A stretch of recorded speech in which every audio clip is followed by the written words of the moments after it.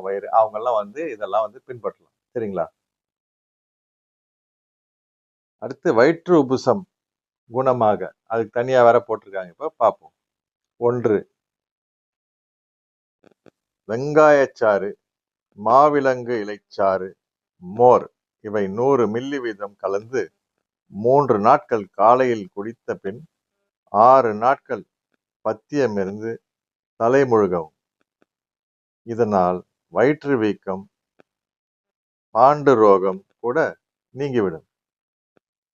2வதாக சுக்கு, சீரகம், சிறு புல்லடி எல்லாவற்றையும் புளியாங்கொட்டை அளவு எடுத்து நசுக்கி தாய்ப்பாலில் ஊற வைத்து பிழிந்து இதை அரை அளவு பாலாடை அளவுக்கு எடுத்து ஒரு முறை குடித்தாலே வயிற்று உபிசம் சரியாகிவிடும்.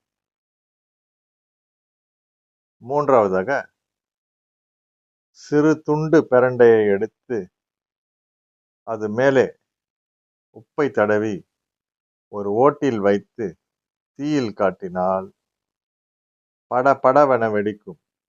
இதை 1 டம்ளர் தண்ணீரில் போட்டு வைக்கவும். குழந்தைகளுக்கு வயிறு உப்புசமாக இருந்தால் இந்த தண்ணீரில் அரை பாலாடை கொடுத்தாலே போதும். அடுத்து வந்து பாத்தீங்கன்னா வாந்தி நிற்க மருந்துகள். 1 ஒரு துண்டு வசம்பை நெருப்பில் சுட்டு சுருக்கி அதை தேய்த்து தேனில் கலந்து 2-3 தடவை நாக்கில் தடவினால் வாந்தி நின்றுவிடும். 2வதாக மயிலிறகு கெட்டியானதை நெருப்பில் சுட்டு சுருக்கி அதை தேனில் குழப்பியும் கொடுக்கலாம். 3வதாக எலுமிச்சை பழத்தை ஊசியால் 2-3 இடங்களில் குத்தி முகர்ந்து பார்த்து கொள்ளவும். இதெல்லாம் வந்து பாத்தீங்கன்னா வாந்தி நிற்க மருந்துகள். சும்மா எலுமிச்சை பழத்தை எடுத்து ஒரு 2-3 இடத்துல ஊசி அப்படி குத்திட்டு அதை மோந்து பார்த்தாலே வாந்தி நின்றுடுமா. எவ்வளவு அற்புதமா இருக்கு பாத்தீங்களா? அடுத்து தலைப்பு மலமிளக்கி மருந்துகள். 1